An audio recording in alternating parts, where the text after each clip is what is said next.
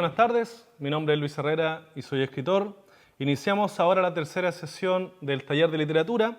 En esta sesión nos vamos a enfocar en cómo encontrar o cómo elegir aquellos elementos que van a marcar nuestro estilo, nuestra forma de escribir, cuáles son las mejores sugerencias para construir una historia, qué es lo que no debiéramos dejar de lado, de acuerdo a lo que ya se sabe más o menos puede llegar a funcionar en un cuento. Yo les dejé la invitación hecha en la sesión anterior de escuchar la historia Una foto con mi padre, del escritor argentino Hernán Cacciari, que tiene una infinidad de libros, es un hombre que ha podido desarrollar toda una carrera también a partir de las redes sociales, a partir de distintos videos y charlas por toda Latinoamérica. En esta historia, Una foto con mi padre, básicamente es una situación en la cual Hernán, porque lo interesante de él es que cuenta esta historia en primera persona, narrador protagonista, ocurre y la elige contarla en tiempo presente. A pesar que, como ustedes podrán apreciar en el video, esta historia la cuenta en una charla en Mar del Plata, pero la historia en sí sucede en Costa Rica. Y él, en ese momento, en Mar del Plata, elige también contarla en tiempo presente. Eso también es una buena decisión muchas veces. A veces cuando trabajamos con los tiempos, con los pretéritos verbales, tendemos a veces no nos funciona muy bien el cómo determinamos algunas estructuras que suceden antes que otras o cómo a veces conectamos con el presente. En cambio, el conectar siempre en presente da la sensación de una especie de película que estamos viendo a través de las palabras. Entonces, Hernán elige una primera persona, narrador protagonista, elige un tiempo presente para contar su historia. Te instala además en una situación real, en una situación habitual. Parte con algunos datos del ambiente, dónde está sentado, qué está haciendo, 3 o 4 líneas, no más que eso, lo que cumpliría con una primera parte de la estructura que es el inicio.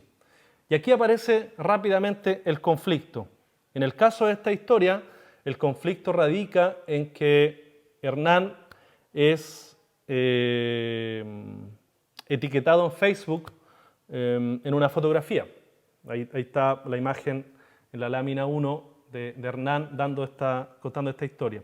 Cuando es etiquetado en esta fotografía de Facebook, empieza a develar, incluso agregando mucho de humor, cuál es el conflicto, qué le sucede. Y rápidamente, y esto son excelentes decisiones que él toma como narrador, pasa del humor a un extremo emocional, que es que la foto es con su padre y este padre ya está muerto. Y ustedes pueden apreciar incluso qué sucede en la sala, en el público que está escuchando la historia, que rápidamente entra en un silencio. Pasa de la carcajada automáticamente al silencio y la absoluta seriedad en este lugar. Luego comienza a desarrollar este conflicto, se hace preguntas. Entonces, como es además una narración oral también tiene otros elementos que no necesariamente se van haciendo en un texto escrito, a pesar que yo soy de la idea que el cuento escrito funciona mucho mejor si pareciera que te lo están contando oralmente y construirlo de esa manera también. Entonces, en una especie de soliloquio, Hernán Cacciari comienza a hacerse preguntas, empieza a hacer algunas reflexiones respecto a qué sucede con esta foto, de dónde sale, cómo es, quién es responsable de etiquetarlo, por qué duele tanto la foto. Y ahí se va construyendo lo que después vamos a ver es una especie de historia secreta. Vuelve en toda esa elucubración mental de preocupaciones, de dolor, de memoria que va buscando Hernán, vuelve al momento preciso donde está sentado, en un buffet, en un desayuno, empieza a jugar nuevamente con el tema de la gordura y refresca el relato. Lo refresca porque estábamos entrando ya en una densidad y es capaz también de, a través de un buen ritmo, el instalar nuevamente un elemento que quiebra, que es un elemento humorístico, la anécdota, para romper y nuevamente llevarnos en esta construcción de esta expectativa o de esta tensión emocional.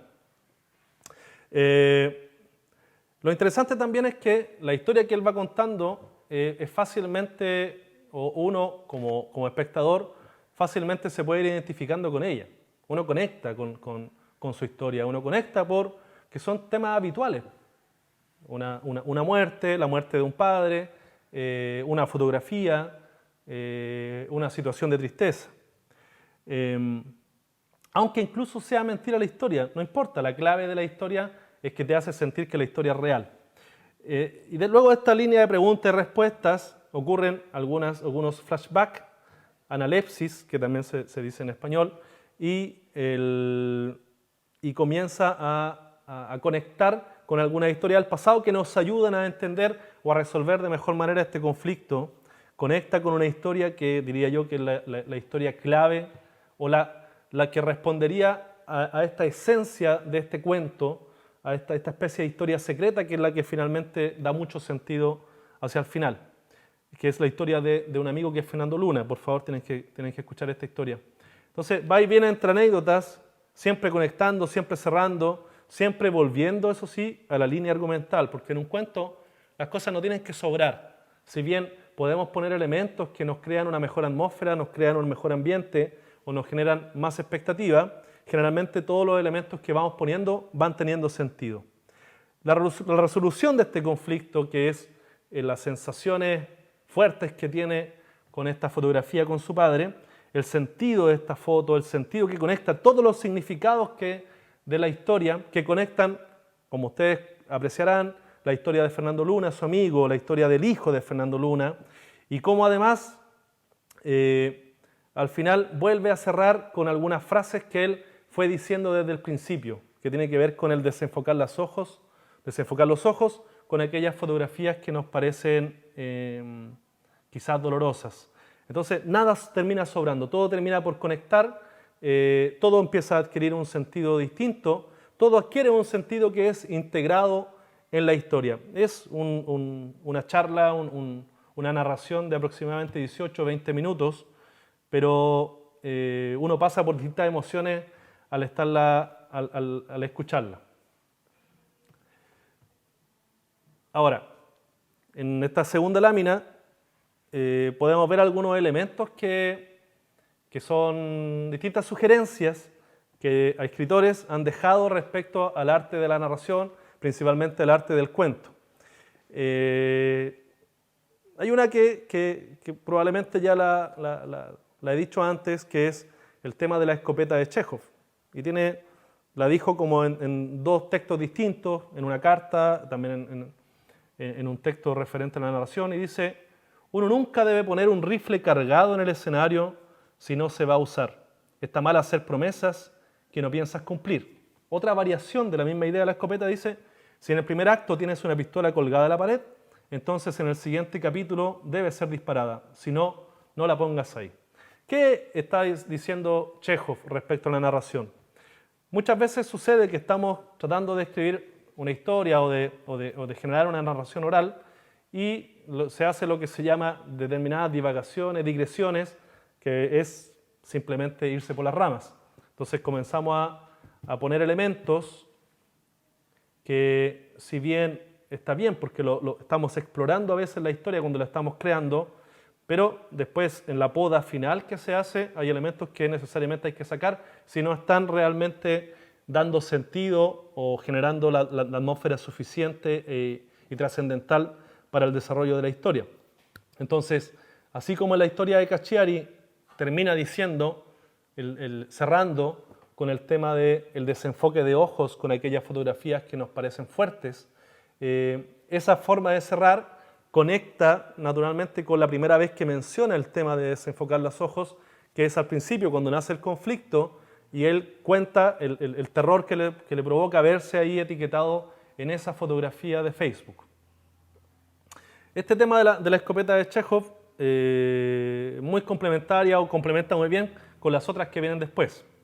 El iceberg de Ernest Hemingway. Dice Hemingway: si un escritor en prosa, un narrador, una narradora, conoce lo suficientemente bien aquello sobre lo que escribe, puede silenciar cosas que conoce, y el lector, si el escritor escribe con suficiente verdad, tendrá de estas cosas una sensación tan fuerte como si el escritor las hubiera expresado.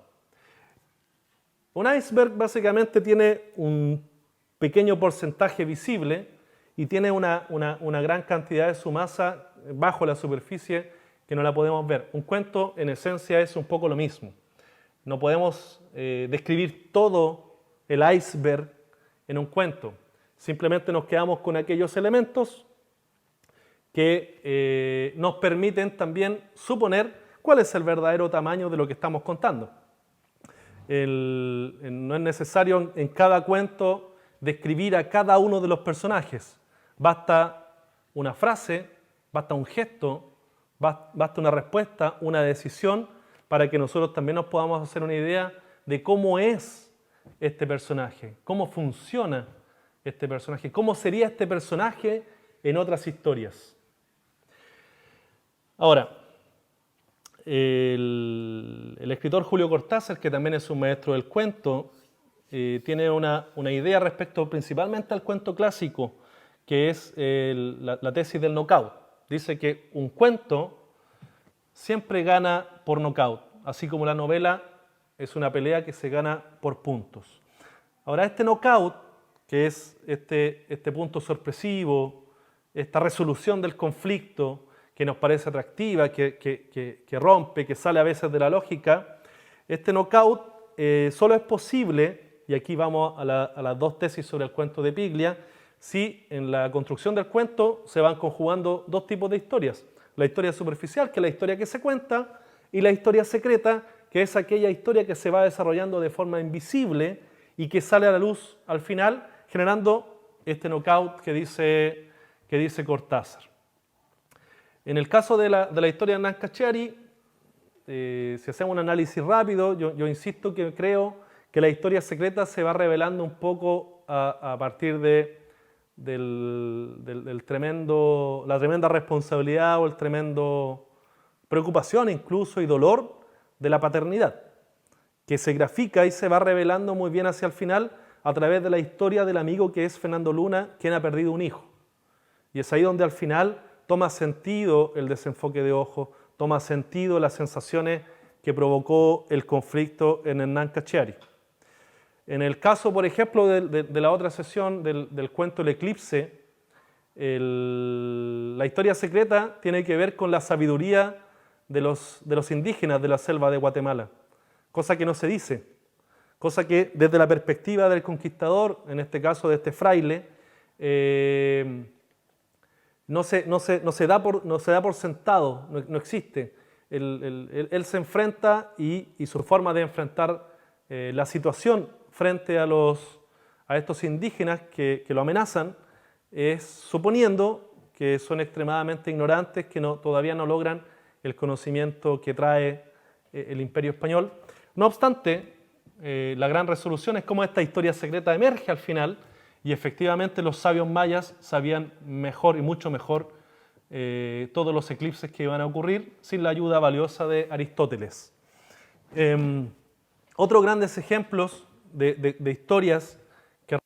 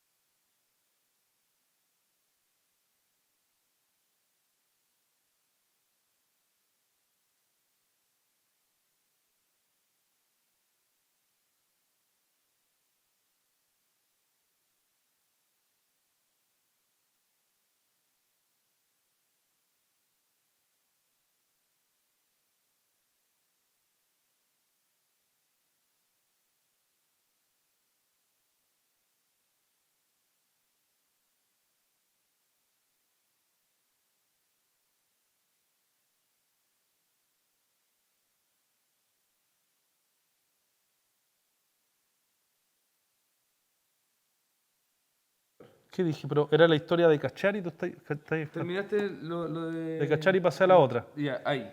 Ya. De ahí. Y parto de acá de nuevo, con la Sí. escopeta, todo esto. No. No, pues terminaste lo de los mundos, sobre lo de los eclipses. Ah, ya. Terminé con el eclipse. Ya. Alcancé a terminar. Ahí. Ya. Y ahí... Ya. Otros ejemplos son. Ya. Claro, de ahí. Ya. Sigue nomás, sigue grabando, así que... Ah, no, estoy apareciendo. No, está Ya. diapositiva. Ya, vale. Otros ejemplos, un cuento que es una joya respecto a estas sugerencias es Emma Suns, de Jorge Luis Borges. En esta historia, que es básicamente la historia de una venganza, se cumplen todos estos elementos. Nada sobra. Si bien hay elementos que son atmosféricos, ambientales, que nos muestran básicamente para instalarnos muy bien en esa realidad, en esta nos vamos dando cuenta que hay varias cosas, detalles, que parecieran no tener ningún sentido, pero cuando se revela el knockout final, cuando se revela el conflicto, cuando se revela la explicación y surge la historia secreta, que es lo que realmente estaba sucediendo, que es la mirada de Piglia, empiezan a tomar sentido todas aquellas cosas que estaban antes y que nos parecían sin ninguna relevancia, pero son aquellas cosas que crujen en nuestra comprensión y que hacen que digamos, wow, esta era la resolución, por esto termina así, por esto sucedió tal situación, por esto se dijo tal cosa, por eso caminó por esa calle, qué sé yo. Borges es un narrador que extraordinario, un maestro de los cuentos, tiene otro que es El hombre de la esquina rosada, y en este cuento también se va conjugando una historia secreta, ocurre o termina con un knockout. Aquello que parecía sobrar toma sentido hacia el final de la historia y se revela y también nos genera una sorpresa y nos toma nuevamente, nos da mucho sentido a las cosas que se estaban diciendo anteriormente. Solo por hacer una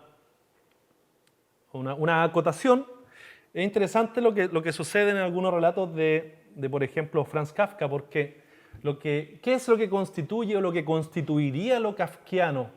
Y por ahí alguna vez me encontré con la explicación que quizás sea del mismo Ricardo Piglia, que lo interesante de Kafka es que Kafka no desarrolla la historia superficial, sino lo que él nos va contando es la historia secreta. Es como si estuviéramos mirando una fotografía, pero no la fotografía, sino que el negativo de la fotografía.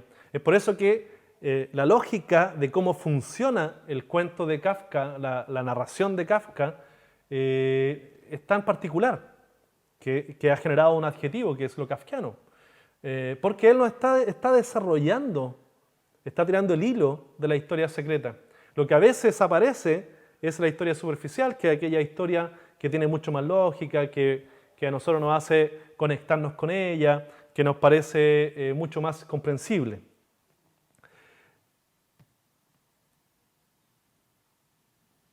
Ahora bien, estos elementos, estas sugerencias de Chekhov, de Hemingway, de Cortázar, de Ricardo Piglia, son sugerencias que si bien son interesantes, hacen que los cuentos funcionen, insisto, no son prerequisito para una historia, no son prerequisito para que ustedes se sienten a escribir y traten de romper con este esquema, traten de darle otra mirada, escriban cuentos que no terminen en knockout, escriban cuentos que no tengan una historia secreta sino 20, exploren escribir historias secretas y no las historias superficiales, exploren de escribir como hacía, lo dijimos en la primera sesión, George Perec.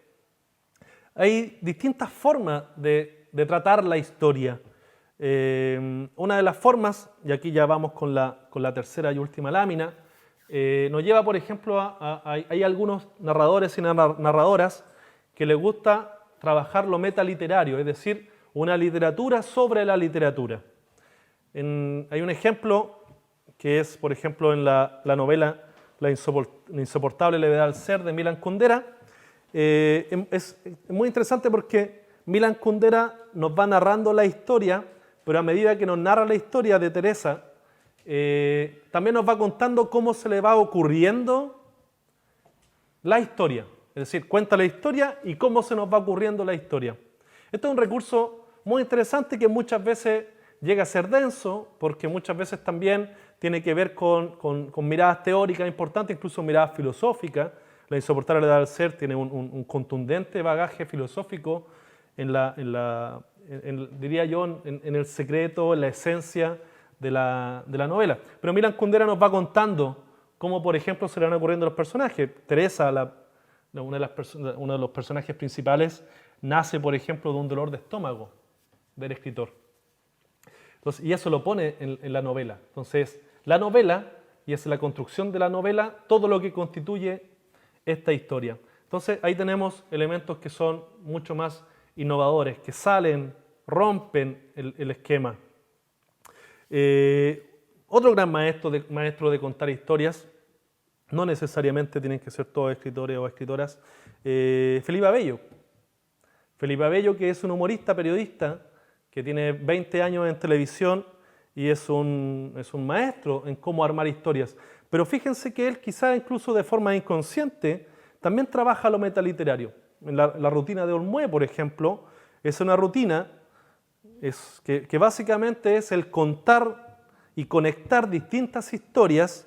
Lo que hace su estilo particular es que no es el contar una rutina, sino lo que él cuenta es el cómo va elaborando la rutina, cómo él va explorando aquello que era o es humorístico, cómo él va explorando aquellos elementos que podrían constituir una rutina. Es como que la rutina la constituye en el proceso de preparación de la rutina. Y eso es lo que él nos va a presentar. Esta historia podría funcionar, esta historia no podría funcionar. Y entre medio, además, tiene el aspecto novedoso de jugar incluso como si fuera un DJ, y empiezan a aparecer determinadas frases entre medio que se repiten sin sentido, sin coherencia, sin conexión, pero van creando una atmósfera totalmente abstracta que es este dibujo metaliterario que él va creando en su rutina. Es una especie de creación meta-humorística. Ahora, esas son decisiones que se pueden tomar. Si quieren, pueden tomar una decisión de una historia realista, lo más estructurada posible, cronológica, etc. Otra cosa interesante que quedó en el tintero es, por ejemplo, lo que hace Jorge Luis Borges, que para instalarnos más en la realidad parece que nos cuenta las historias como si estuviera hablando desde una crónica periodística, una crónica policíaca como en Asuns, como si fuera un texto que encontraríamos no en literatura, sino que en una enciclopedia, que encontraríamos en un diccionario, que encontraríamos en un libro de historia. Entonces, abordamos como lectores y lectoras, abordamos la historia desde una posición distinta y también es una muy buena decisión para generar más fidelidad en la persona que está leyendo. El tiempo y el espacio son dos elementos que son muy interesantes y son muy complicados también en la construcción de las historias. ¿Por qué son complicados? Porque el lenguaje es lineal. Yo digo una palabra después de otra, o escribo, para que tenga sentido, una palabra después de otra. ¿Cómo hago yo que algunas situaciones ocurran al mismo tiempo? ¿Cómo hago yo para que algunas cosas ocurran en el mismo espacio si al momento de describirlas las tengo que necesariamente decir o escribir una después de otra? No sé si muy complejo lo que acabo de decir. Cuenta, por ejemplo, el mismo Borges en el cuento El Aleph. El Aleph es un punto del universo donde se ven todos los puntos del universo al mismo tiempo y en el mismo lugar. Y este Aleph se encuentra en una casa, en el sótano, debajo de una escalera. Y dice ahí, Borges se hace la misma pregunta, dice, ¿cómo puedo describir esto que está sucediendo en el mismo lugar y en el mismo tiempo, todas las situaciones del universo? ¿Cómo las puedo describir si el lenguaje es lineal, si el lenguaje es sucesivo, si el lenguaje no lo permite? Pero hace el intento, de eso se trata el cuento El Aleph. Es una gran exploración de cómo romper el esquema de un lenguaje que es sucesivo y que es lineal. Esto también sucede en el cine. Hay una película que se llama Nymphomaniac del director Lars von Trier, danés, y hay una situación en que la protagonista, que es quien está contando una historia, es una historia bastante lineal, pero llega a una encrucijada donde decide explicar que tres personajes, que son tres amantes, que son tres hombres, constituyen básicamente un solo amante. Son tres estereotipos. ¿Cómo se resuelve eso en el cine? Que en el cuadro pusieron 3 escenas distintas en el mismo cuadro de cada uno de estos personajes. Entonces, básicamente lo vamos percibiendo al mismo tiempo. Y ella lo va describiendo de esa manera, además que nos acompaña con las imágenes y nos vamos haciendo una mejor idea de cómo se superpone el tiempo y el espacio en un tema que es esta construcción del estereotipo del amante. Hay un cuento de Julio Cortázar que se llama La continuidad de los parques. Y aquí es interesante cómo el espacio también se integra. Se trata de un personaje que está leyendo una historia, que está leyendo una novela, y lo que va contando lo que sucede en la novela, a la vez que también se va describiendo lo que sucede a su alrededor en su contexto. Y hay un momento en que ambas historias se juntan, se continúan en un parque, y lo que estaba sucediendo en la novela comienza a suceder en la situación donde se encuentra la persona que está leyendo. Como ustedes pueden darse cuenta, entonces, para encontrar el estilo que nosotros queremos, nuestra propia identidad como una persona que escribe, como una persona que cuenta la historia, tenemos muchos elementos. Podemos tomar muchas de estas sugerencias, podemos encontrar otras, podemos romper cada una de estas, podemos ponernos desafíos como de qué manera describo algo que ocurre en distintas situaciones, pero que ocurren al mismo tiempo, para que queden plasmadas también al mismo tiempo, queden plasmadas también en el mismo espacio, o situaciones que son de distinta geografía para que ocurran en una misma situación espacial y que, por supuesto, que adquiera un nuevo sentido.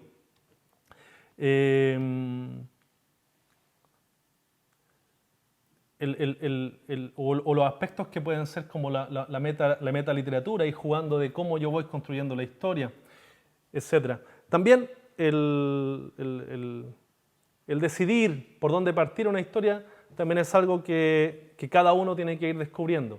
Algunos parten la historia porque se le ocurre un título, otros porque se le ocurre un inicio, otros porque se le ocurre un final, etc. No hay fórmulas, es decir, hay muchas fórmulas. Se pueden explorar muchas de ellas, pero lo más interesante es cuando nosotros somos capaces de encontrar nuestra propia identidad y nuestra propia fórmula y nuestra propia motivación para contar nuestras historias. Muchísimas gracias.